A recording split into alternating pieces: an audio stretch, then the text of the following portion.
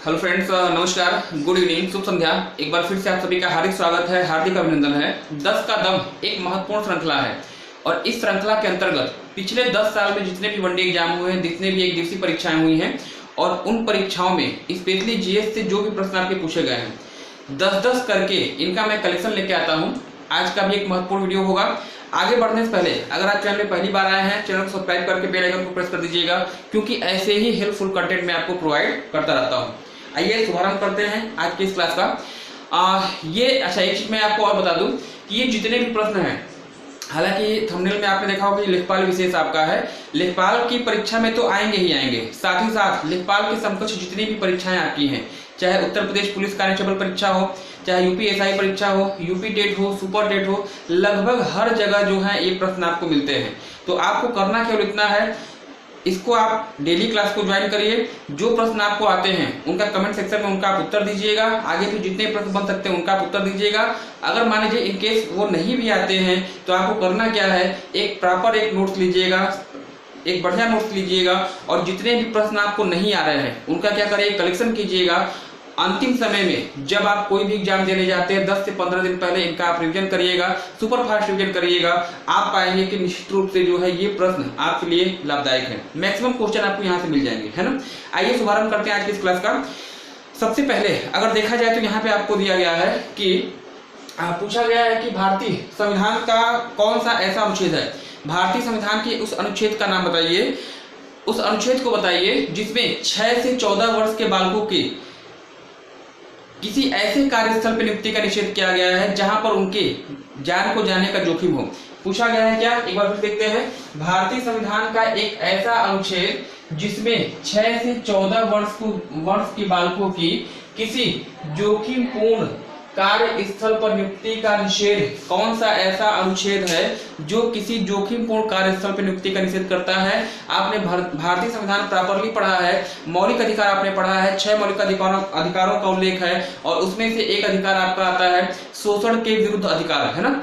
शोषण के विरुद्ध अधिकार का उल्लेख आपका अनुच्छेद 23 और अनुच्छेद 24 है और अनुच्छेद 24 आपका संबंधित है इस क्षेत्र से, यानी भारतीय संविधान के अनुच्छेद 24 के अंतर्गत यह प्रावधान किया गया है कि किसी भी छोटे व्यक्ति, छोटे बालक, व्यक्ति नहीं कहेंगे, छोटे बालक जिसकी आयु 6 से 14 वर्ष के ग्रुप में आती है, इसकी ऐसे कार्यस्थल पर नियुक्ति आप नहीं कर सकते हैं जहां पर उसके जान जाने का खतरा हो, है ना।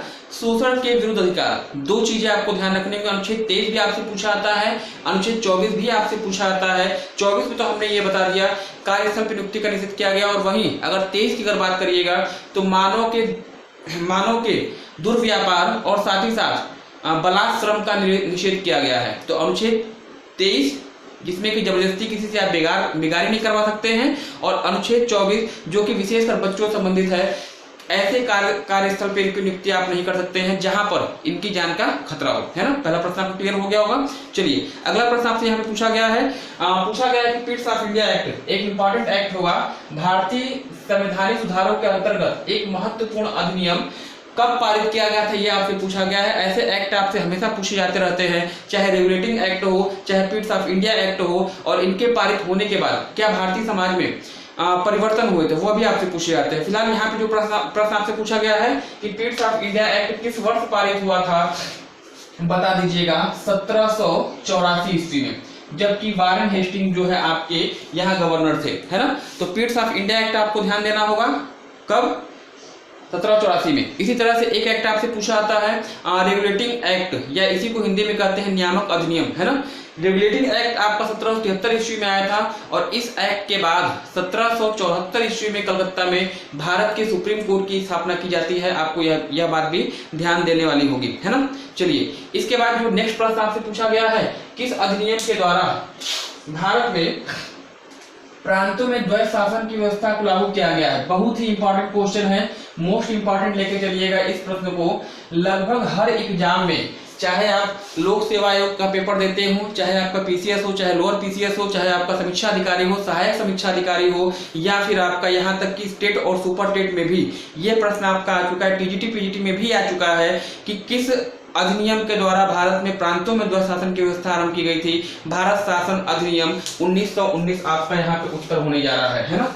यहाँ पर भारत शासन अधिनियम 1919 या इसी का लोकप्रिय नाम चेम्सफोर्ड मॉन्टेस्क्यू चेम्सफोर्ड सुधार पत्र भी था, है ना, क्योंकि तत्कालीन समय भारत के वायसराय चेम्सफोर्ड थे और भारत सचिव कौन थे? जॉन मार्ले, सॉरी मार्ले नहीं थे, चेम्सफोर्ड सुधार पत्र ना के रूप में इसे मॉन्टेस्क्यू इनके सचिव थे भारत के तत्कालीन समय में, और वायसराय आपके जो है आपके चेम्सफोर्ड थे, इनकी जुगलबंदी के परिणाम स्वरूप ये अधिनियम आया था और इसी कारण जो है इसको आप मॉन्टेस्क्यू चेम्सफोर्ड सुधार पत्र के नाम से भी जाना जाता है ना। इतनी चीजें हैं भारत शासन। अगर आपसे पूछा जाए कि प्रांतों में द्वैध शासन कब आरंभ हुआ था? भारत शासन अधिनियम 1919।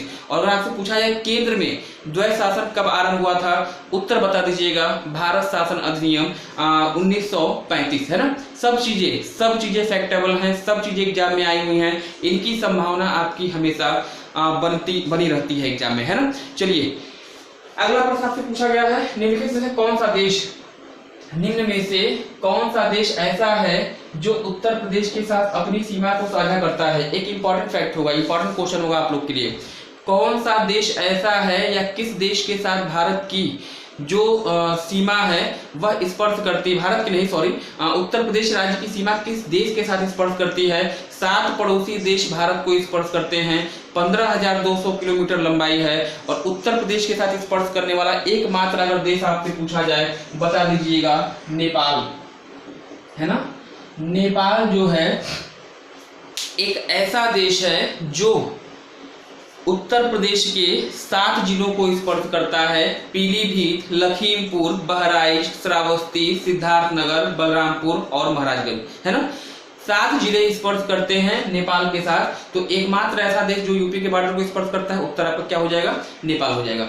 नेपाल की राजधानी काठमांडू। नेपाल और भूटान दोनों को आप हिमालय का वरद पुत्र कहते हैं, कारण चारों के चारों तरफ से जो है हिमालयन बेल्ट से घिरे हुए हैं, है ना। राजधानी काठमांडू है और यहीं पर जो है सार्क या कह लीजिए दक्षेस जिसकी स्थापना 1985 में हुई थी, 1985 में हुई थी, इसकी स्थापना की गई थी और इसका मुख्यालय भी आपका काठमांडू में स्थित है ना। चलिए इसके बाद जो अगला प्रश्न आपसे पूछा गया है, कंप्यूटर साक्षरता दिवस, वेरी वेरी इंपॉर्टेंट होगा टेक्निकल क्षेत्र के लिए। हमेशा ऐसे दिवस आपसे पूछे जाते हैं। अब जो है आजकल की परीक्षाओं में एक ट्रेंड देखा जाता है, आजकल की परीक्षाओं में एक ट्रेंड देखा जा रहा है कि अब जो है आपसे प्रचलित क्वेश्चन नहीं पूछे जाते हैं, प्रचलित दिवस आपसे नहीं पूछे जाते हैं। सबको मालूम है पर्यावरण दिवस 5 जून, ओजोन संरक्षण दिवस 16 सितंबर, है ना, अंतर्राष्ट्रीय महिला दिवस 8 मार्च। आजकल कुछ ऐसे ट्रेंड आपका चल रहा है कि अननोन दिवस आपसे पूछे जा रहे हैं। उन्हीं में से एक दिवस आपका है कंप्यूटर साक्षरता दिवस। कब मनाया जाता है बता दीजिएगा? 2 दिसंबर। प्रत्येक वर्ष 2 दिसंबर को जो है यह आपका कंप्यूटर साक्षरता दिवस मनाया जाता है। और इसके आगे पीछे के दिवस की बात करिएगा तो 1 दिसंबर आपका विश्व एड्स दिवस है, 2 दिसंबर कंप्यूटर साक्षरता दिवस है, 3 दिसंबर आपका विश्व दिव्यांग दिवस या विश्व विकलांग दिवस है। इसके बाद 4 दिसंबर जो आपका आता है नेवी डे या नौसेना दिवस है, 7 दिसंबर आपका जो सशस्त्र सेना झंडा दिवस है और 10 दिसंबर आपका जो है मानव अधिकार दिवस है। तो इस दिवस के आगे पीछे के दिवस भी तैयार कर लीजिएगा। निश्चित रूप से 1-2 क्वेश्चन आपके दिवसों से बनते हैं और स्पेशली पर्टिकुलर जिस वर्ष का आपसे पूछा जा रहा है उस वर्ष में थीम कौन सी है उसको भी आपको ध्यान देने वाली बात होगी, है ना। चलिए इसके बाद जो अगला प्रश्न आपसे पूछा गया, उत्तर प्रदेश के किस जिले में सौर ऊर्जा संयंत्र की स्थापना की गई है? इंपॉर्टेंट क्वेश्चन होगा आपके लिए। हाल ही में उत्तर प्रदेश के किस जिले में सौर ऊर्जा संयंत्र की स्थापना की गई है? अलीगढ़ बताइएगा। अलीगढ़ जो कि पश्चिमी उत्तर प्रदेश का एक शहर है, पश्चिमी उत्तर प्रदेश का एक शहर अलीगढ़, और साथ ही साथ तारा नगरी के रूप में जाना जाता है, यमुना नदी के किनारे पर स्थित है। और उत्तर प्रदेश का नवीनतम मंडल अगर आपसे पूछा जाए तब भी उत्तर आपका क्या हो जाएगा? यही अलीगढ़ होगा। ध्यातव्य है, आपको मालूम है कि उत्तर प्रदेश में कुल मंडलों की संख्या जो है वह 18 है और 18 मंडलों में नवीनतम अगर पूछा जाता है तो अलीगढ़ मंडल आपका हुआ, है ना। चलिए हाँ, नेक्स्ट अगला प्रश्न जो आपसे पूछा गया है यहाँ पे, उत्तर प्रदेश को कुल कितने सस्ती जलवायु क्षेत्रों में बांटा गया है? ऐसे क्वेश्चन भी एग्जाम में पूछे जाते हैं, इंपॉर्टेंट होंगे, कोई ओर छोर इनका नहीं है। ऐसे प्रश्नों का कोई भी ओर छोर नहीं है, सब बेसिक चीजें, इनका कोई बेसिक है ही नहीं, नॉर्मली 1 लाइनर है। उत्तर प्रदेश के कितने सस्ते जलवायु क्षेत्र हैं? 9 बताइएगा ना। 9 भागों में जो है उत्तर प्रदेश को डिवाइड किया गया है। अगर उत्तर प्रदेश की बात करता है, उत्तर प्रदेश के सस्य जलवायु क्षेत्र 9 और भारत के सस्य जलवायु क्षेत्र 15, दोनों याद रखिएगा, दोनों पूछे जाते हैं, है ना। चलिए इसके बाद अगला प्रश्न आपसे पूछा गया है, प्रसिद्ध तबला वादक किशन महाराज, इंपॉर्टेंट होंगे, कला साहित्य से भी क्वेश्चन आपसे बनते हैं। किशन जी महाराज का संबंध किस राज्य से है? तबला वादक है, किसी ना किसी घराने संबंधित होंगे, यूपी स्पेशल का क्वेश्चन है। किशन महाराज का संबंध तबला वाद्य यंत्र से है। किस राज्य से अगर पूछा जाए, राज्य से पूछा जाता है, यूपी बताइएगा, जिला पूछा जाएगा वाराणसी बताइएगा। उत्तर प्रदेश के वाराणसी जनपद से जो है किशन जी महाराज का संबंध है। किस वाद्य यंत्र से संबंधित है बताइएगा, तबला वादक हैं। और किस घराने से हैं तो बताइएगा वाराणसी घराना यानी बनारस घराना, है ना। चलिए इसके बाद इस सेशन का जो अगला क्वेश्चन आपके लिए होगा, उत्तर प्रदेश के किस जिले में अफीम फैक्ट्री स्थित है? प्रचलित क्वेश्चन है, गलती आप नहीं करेंगे। अफीम फैक्ट्री के नाम से जितने गाजीपुर वाले लोग हैं, हमारे मित्र हैं, वो सभी जो है खुश हो गए होंगे, क्योंकि पूरे भारतवर्ष में कहिएगा या पूरे उत्तर प्रदेश में कहिएगा, एकमात्र ऐसा जिला जहां पर अफीम की खेती की जाती है, अफीम फैक्ट्री स्थित है। कहां पर है तो बताइएगा गाजीपुर, उत्तर प्रदेश का गाजीपुर जनपद, है ना। गाजीपुर में अफीम की खेती का उत्पादन होता है, अफीम फैक्ट्री स्थित है। और गाजीपुर के बारे में कुछ चीजें मैं आपको और बता दूं। गाजीपुर की बात करिएगा, इसका समीपवर्ती जो महानगर है वाराणसी है। गाजीपुर को आप काशी की बहन या लहुरी काशी के नाम से भी जानते हैं। और साथ ही साथ उत्तर प्रदेश के इसी जिले में पूरे एशिया का सबसे बड़ा गांव है, और उस गांव का नाम आपसे पूछा जाता है, गहमर बता दीजिएगा, है ना। गाजीपुर में एशिया का सबसे बड़ा गांव है, अफीम फैक्ट्री के लिए फेमस है। और यही गाजीपुर में जो है लहुरी काशी के रूप में से जाना जाता है। यही गाजीपुर में लॉर्ड कॉर्नवालिस का मकबरा, जो इसकी पहचान है, अंग्रेज गवर्नर जनरल लॉर्ड कॉर्नवालिस का मकबरा अगर आपसे पूछा जाता है बताइए कहाँ पे है, तो गाजीपुर में इसकी लोकेशन होगी, है ना। और साथ ही साथ गुप्त वंश के शासक थे स्कंदगुप्त, है ना। गुप्त वंश के शासक स्कंदगुप्त थे। स्कंदगुप्त के द्वारा यहाँ पर भीतरी स्तंभ लेख, एक शिलालेख का भी स्थापना किया गया है। कहाँ पर तो सैदपुर में इसकी लोकेशन होगी। तो सब चीजें जो है गाजीपुर, अगर आप गाजीपुर से बिलोंग करते हैं तो कम से कम इतनी चीजों का पूरा का पूरा ब्यौरा लेके आप जाइएगा। किसी भी इंटरव्यू में ये सब चीजें एग्जाम में आपसे पूछ ली जाती है ना। चलिए अगला प्रश्न जो आपका दिया गया है यहाँ पे, लठमार होलिकोत्सव, वेरी वेरी इंपॉर्टेंट क्वेश्चन होगा आपके लिए, यूपी स्पेशल का क्वेश्चन, मोस्ट इंपॉर्टेंट क्वेश्चन है। लठमार होलिकोत्सव का संबंध किस क्षेत्र से है? क्षेत्र की बात की गई है, राज्य तो आप तुरंत लगा देंगे। राज्य जो है आप तुरंत लगा देते हैं, कहां पर है? उत्तर प्रदेश में। लेकिन उत्तर प्रदेश को भी कई क्षेत्रों में डिवाइड किया गया है।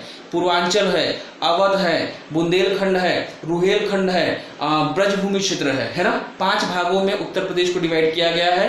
पूछा गया है कि लठमार होलिकोत्सव का संबंध किस क्षेत्र से है? क्षेत्र अगर राज्य पूछता है तो उत्तर प्रदेश बताइएगा, क्षेत्र पूछेगा बरसाना। बरसाना कहाँ पड़ता है? मथुरा बताइएगा, पश्चिमी यूपी का क्षेत्र है और ब्रजभूमि के अंतर्गत आता है ना। तो पर्टिकुलर बरसाना का नाम भी पूछा जाता है, मथुरा का नाम भी पूछा जाता है, ब्रजभूमि भी आपसे पूछा जाता है। लठमार होलिकोत्सव याद रखिएगा। और एक और याद रखिएगा यहीं पर, हरिदास जयंती, है ना, हरिदास जयंती। यह 2 चीजें हैं, दोनों का संबंध जो है किससे है? तो मथुरा से है। लठमार होलिकोत्सव बरसाना से, हरिदास जयंती आपकी वृंदावन से। दोनों कहीं ना कहीं मथुरा से रिलेटेड हैं और दोनों हमेशा एग्जाम में आपसे पूछ लिए जाते हैं, है ना। इस बेहतरीन सेशन का जो अंतिम प्रश्न आपके लिए होगा वह आपका है, यहाँ पे पूछा गया है, राम प्रसाद बिस्मिल, है ना। राम प्रसाद बिस्मिल को किस जिला जेल में फांसी की सजा दी गई थी? भारत के लिए एक महत्वपूर्ण क्रांतिकारियों के कुछ गिने चुने चंद नाम ही हैं। उसमें से एक महत्वपूर्ण नाम आप हमेशा सुनते हैं जब भी काकोरी ट्रेन एक्शन की बात आती है, काकोरी कांड की बात आती है। 9 अगस्त सन 1925 ये महत्वपूर्ण घटनाक्रम आपका था। और इस घटनाक्रम में लखनऊ सहारनपुर संभाग पर स्थित काकोरी नामक स्थान पर जो है क्रांतिकारियों के द्वारा एक ट्रेन लूटी गई थी। उस ट्रेन का नाम मुझे कमेंट सेक्शन में आप कमेंट करके बताइएगा। यही घटना भारतीय इतिहास में जो है काकोरी ट्रेन एक्शन यानी काकोरी कांड के रूप में जानी जाती है। राम प्रसाद बिस्मिल इस कांड के महत्वपूर्ण या कह लीजिए कि अग्रगण्य आपके क्रांतिकारी थे, है ना। और इनको पकड़ा गया था। इनके साथ राम प्रसाद बिस्मिल के साथ साथ आपके जो है राजेंद्र लाहिड़ी थे, रोशन सिंह थे, एक आपके और आते हैं उसमें, एक और मुझे उनका नाम नहीं याद आ रहा है, अगर आपको याद हो कमेंट सेक्शन में कमेंट कर दीजिएगा। तो कुछ लोगों को पकड़ा गया था, इनको फांसी दे दी गई थी। वही चीज आपसे पूछी गई है कि राम प्रसाद बिस्मिल को काकोरी ट्रेन एक्शन में किस स्थान पर, किस जिला जेल में फांसी दी गई थी। कमेंट सेक्शन में उत्तर आपका क्या हो जाएगा यहाँ पे, गोरखपुर जिला जेल में इनको फांसी सजा दी गई। पूछा जाता है, सब ऐसे सबके सब एग्जाम में क्वेश्चन आए हुए हैं, सबके सब क्वेश्चन आए हुए हैं। एक भी क्वेश्चन आपका मैं अपने मन से नहीं बनाया हूं।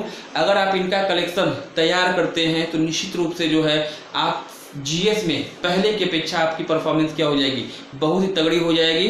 1, 2 नंबर, 4 नंबर, 5 नंबर से जो लोग किसी कारणवश नहीं हो पा रहे थे, उनका चयन नहीं हो पा रहा था, इस सेशन को देखने के बाद निश्चित रूप से मैं गारंटी दे सकता हूं कि आप कहीं भी गलतियां नहीं करेंगे। जो आप पूर्व में गलतियां करते आए हैं उसका सिर्फ एक निचोड़ है, क्या करिए कि इसका कलेक्शन करिए, इसका नोट तैयार करिएगा, रिविजन करिएगा, निश्चित रूप से आप सफल होंगे, है ना। राम प्रसाद बिस्मिल का जन्म कहाँ पर हुआ था, है ना। राम प्रसाद बिस्मिल का जन्म किस शहर में हुआ था, आप कमेंट सेक्शन में कमेंट करके मुझे बताइएगा, ठीक है।